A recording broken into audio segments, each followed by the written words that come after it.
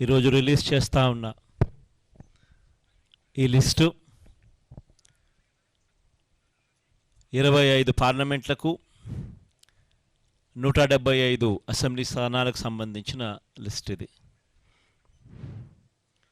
ఇందులో ఒకే ఒక్క స్థానం అనకాపల్లి ఒకటి పెండింగ్లో పెట్టాం. మిగతాటివన్నీ కూడా ఎంపీ స్థానం పెండింగ్ పెట్టాం. మిగతాటివన్నీ కూడా లిస్ట్ అనౌన్స్ అయినట్టే. ఎప్పుడూ చూడని విధంగా సామాజిక న్యాయము అన్నది మాటల్లోనే కాదు, చేతల్లో కూడా చేసి చూపించాము అని చెప్పి చూపించగలిగాము దేవుడి దయతో అని కూడా చెప్పడానికి సంతోషపడతా ఉన్నా. ఎందుకనంటే ఏకంగా అసెంబ్లీలో చట్టమే చేశాం. 50% పదవులు ఖచ్చితంగా నా నా నా నా అని సంబోధిస్తూ ఎస్సీలకు, ఎస్టీలకు, బీసీలకు, మైనారిటీలకు ఖచ్చితంగా 50% అమలయ్యేలా ఏకంగా చట్టం చేసిన ప్రభుత్వం మనది. ఇది నామినేషన్ పదవుల్లోనూ, నామినేషన్పై ఇచ్చే కాంట్రాక్టుల్లోనూ చట్టం చేసి అమలు చేస్తూ ఉన్న విషయం. ఈ చట్టం కూడా మనమే అమలు చేశాం. దానిని మనస్ఫూర్తిగా స్ఫూర్తిగా తీసుకుంటూ ఈరోజు 50% అంటే 175 అసెంబ్లీ స్థానాలు, 25 ఎంపీ స్థానాలు రెండు కలిపితే 200 స్థానాలు అయితే ఈ 200 స్థానాలకు గాను 100 స్థానాలు అంటే 50%, 50% ఎస్సీ, ఎస్టీ, బీసీ, మైనారిటీ నా నా నా అని పిలుచుకుంటూ 50% సీట్లు ఏకంగా వీరికే ఇవ్వగలగడం ఇది చరిత్రలో, ఆంధ్ర రాష్ట్ర హిస్టరీలో ఎప్పుడూ కూడా కని విని ఎరగని ఘట్టమని కూడా చెప్పడానికి చాలా సంతోషపడతా ఉన్నా. ఈరోజు ఒకసారి గమనించినట్లయితే ఏకంగా 59 స్థానాలు 200 స్థానాలకు గాను బీసీలకే కేటాయింపులు చేశాం. 175 అసెంబ్లీ స్థానాలకు 48 అసెంబ్లీ స్థానాలు, 25 ఎంపీ స్థానాలకు గాను బ్యాలెన్సు 11 స్థానాలు బీసీలకే కేటాయింపులు జరిగింది. ఆడవాళ్లకు కూడా ఇంతకు ముందు కన్నా బెటర్గా చేశాం. కానీ ఇది కూడా నాకు ఇంకా సంతృప్తిని కలిగించడం లేదు. బహుశా నెక్స్ట్ ఎలక్షన్లకు వచ్చేసరికి దీనిని ఇంకా వేగంగా కూడా అడుగులు వేయించే కార్యక్రమం చేస్తూ ఉన్నాం. 200 స్థానాలకు 24 స్థానాలంటే 12% అక్క చెల్లెమ్మలకు ఇవ్వగలిగాం. కానీ ఇది కూడా నాకు పూర్తిగా సంతృప్తిని కలిగించే అంశం కాకపోయినప్పటికీ కూడా బట్ లాస్ట్ టైం కన్నా బెటర్గా చేసాం. బహుశా మిగతా ఏ పార్టీ కన్నా కూడా బెటర్గానే ఉంటుందని అనుకుంటా ఉన్నాను. లాస్ట్ టైం 19 ఇస్తే ఈసారి 24 దాకా తీసుకొని పోగలిగాం. ఇది కూడా ఒక విశేషమనే చెప్పాలి. కానీ నెక్స్ట్ ఎలక్షన్లకు వచ్చేసరికి ఇంకా దీన్ని ఖచ్చితంగా ముందుకు తీసుకొని ఇంకా పెద్ద సంఖ్యలో ఇంకా నెంబర్లు ఇచ్చే కార్యక్రమం ఖచ్చితంగా జరుగుతుందని కూడా చెప్తా ఉన్నా. ఈరోజు మనం రిలీజ్ చేసిన ఈ లిస్టులలో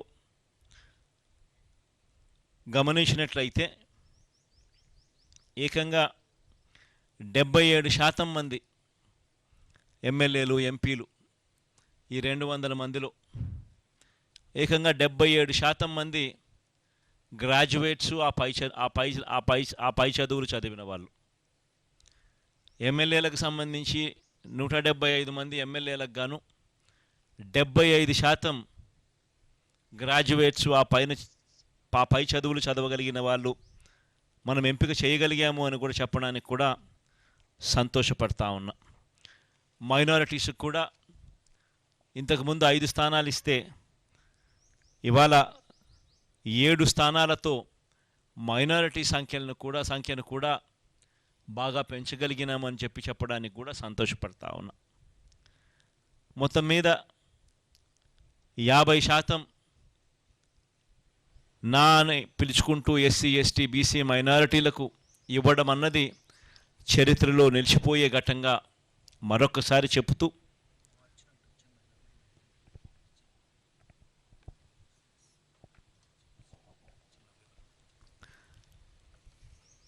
అదొక చరిత్రలో నిలిచిపోయే ఘట్టమని కూడా చెబుతూ ఈ ఎన్నికల్లో దాదాపుగా 81 స్థానాలలో ఎమ్మెల్యేలను మార్పు జరిగింది. 18 ఎంపీ స్థానాలు కూడా మార్పు జరిగింది. అంటే దాదాపుగా 99 స్థానాలంటే దాదాపుగా దగ్గర 50% స్థానాలలో మార్పులు కూడా చేశాం. అంటే ఇది కూడా చరిత్రలో ఒక నిలిచిపోయే ఘట్టమే. ఎందుకంటే ఈ స్థాయిలో మార్పులు చేయగలిగిన ధైర్యం బహుశా ఎవరికి ఉండకపోవచ్చేమో. అది కూడా వైఎస్ఆర్ కాంగ్రెస్ పార్టీకి మాత్రమే ఆ ధైర్యం ఉందని కూడా, ప్రజల మీద ఆ మేరకు నమ్మకం ఉందని కూడా చెప్పడానికి కూడా సంతోషపడతా ఉన్నా.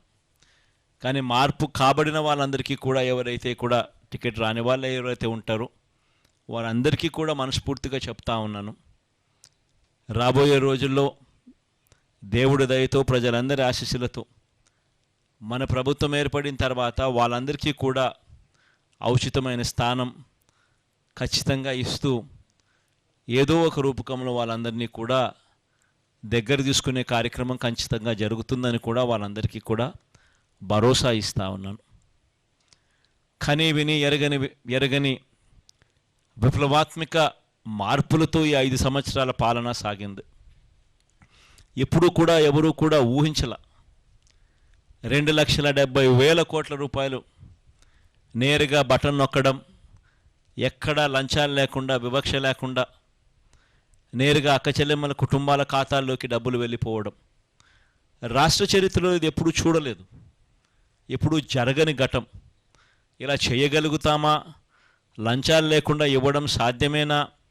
వివక్ష లేకుండా అసలు ఇవ్వగలుగుతారా అనే పరిస్థితి నుంచి కాదు, ఇది సాధ్యమే అని ఈ 5 సంవత్సరాల పరిపాలనలో ఎప్పుడు చూడని విధంగా గ్రామ స్థాయిలోనే గ్రామ సచివాలయాలను తీసుకొని రావడం, గ్రామ స్థాయిలోనే ప్రతి 50-60 ఇళ్లకు ఒక వాలంటీర్ వ్యవస్థ తీసుకొని రావడం, వీటి అన్నిటి ద్వారా పారదర్శకంగా లంచాలు లేని వ్యవస్థ, వివక్షకు చోటు లేని వ్యవస్థ ద్వారా 2,70,000 కోట్ల రూపాయలు అక్క చెల్లెమ్మల కుటుంబాల ఖాతాల్లోకి వేయడం అన్నది దేశ చరిత్రలో సువర్ణ అక్షరాలతో ఎప్పటికీ కూడా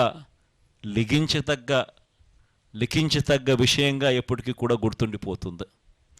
ఇది ఒక గొప్ప మార్పుగా కూడా గుర్తుండిపోతుంది. రాష్ట్రంలో ఎప్పుడూ జరగని విధంగా జరిగింది. ఇవి ఒకటే కాకుండా గ్రామాలు మారాయి, గ్రామాలలో పరిస్థితులు మారాయి, స్కూళ్ళు బాగుపడ్డాయి, హాస్పిటళ్ళు బాగుపడ్డాయి ఎప్పుడూ చూడని విధంగా, వ్యవసాయం బాగుపడింది ఎప్పుడూ జరగని విధంగా, మహిళలకు విమెన్ ఎంపవర్మెంట్ ఎప్పుడూ కూడా జరగని విధంగా, కంటికి కనిపించే విధంగా మార్పులు చోటు చేసుకుంటూ విమెన్ ఎంపవర్మెంట్ జరిగింది. సామాజిక న్యాయం అన్నది మాటలకు కాదు, మొట్టమొదటిసారిగా సాధ్యమే అని చెప్పి చేసి చూపించిన ప్రభుత్వంగా ఈరోజు వైఎస్ఆర్ కాంగ్రెస్ పార్టీ ప్రభుత్వం నిలబడగలిగింది అని కూడా చెప్పడానికి గర్వపడతా ఉన్నా. వీటి అన్నిటి వల్ల కూడా ప్రస్ఫుటమైన మార్పులు ప్రతి గ్రామంలోనూ కనిపిస్తూ ఉన్నాయి. ఈ మార్పులన్నిటి వల్ల దేవుడు ఆశీస్సులతో మళ్ళీ 2-3 నెలల్లో మళ్ళీ ఖచ్చితంగా ప్రమాణ స్వీకారం చేస్తాం. సామాజిక న్యాయం అన్నది ఇంకా గొప్ప స్థాయిలోకి తీసుకొని పోయే అడుగులు కూడా వేస్తామని కూడా ఈ సందర్భంగా చెబుతూ అందరితో కూడా సెలవు తీసుకుంటాం.